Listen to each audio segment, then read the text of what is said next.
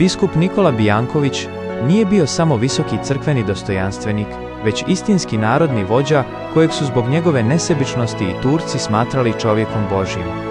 U sjećanju stanovnika Makarskog primorja do danas je ostao poznat kao Blaženi Bijanković.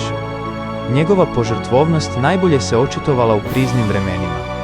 Zapisi iz 1724. godine svjedoče kako je, u želji da ublaži veliku glad u narodu, nabavio žito založivši svu svoju srebrninu, pa čak i 2 kaleža. Kao vojni kapelan sudjelovao je u oslobađanju Sinja, Herceg Novoga i Neretve tijekom Morejskog rata. Nakon herojske obrane Sinja 1715. godine, u znak zahvalnosti, sagradio je u Brelima crkvu Gospe od Pobjede, danas crkva Gospe od Karmela. Breljanska predaja čuva fascinantne priče o njegovu životu. Kada je doznao da ga 6 razbojnika planiraju ubiti, mirno ih je dočekao u Breljanskom oratoriju, odjeven u najsvečanije ruho.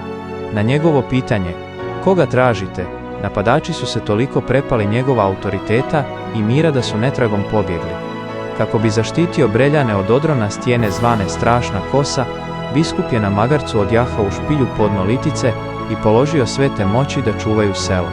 Narodno pamćenje bilježi i neobičnu sliku biskupa koji je po žalu sijao rižu, što simbolizira njegovu brigu za plodnost i opstanak ovog škrtog kraja. Nakon smrti, biskup je pokopan u katedrali Svetog Marka u Makarskoj uz ponizan natpis na grobu: prah, pepeo i ništa.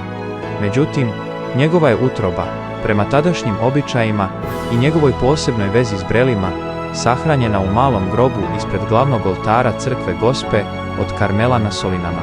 Odmah nakon njegova preminuća, Don Eugen Vusio iz Makarske zapisao je svjedočanstva 125 osoba o čudesnim ozdravljenjima koja su se dogodila po zagovoru biskupa Bijankovića, potvrđujući njegov status sveca u narodu.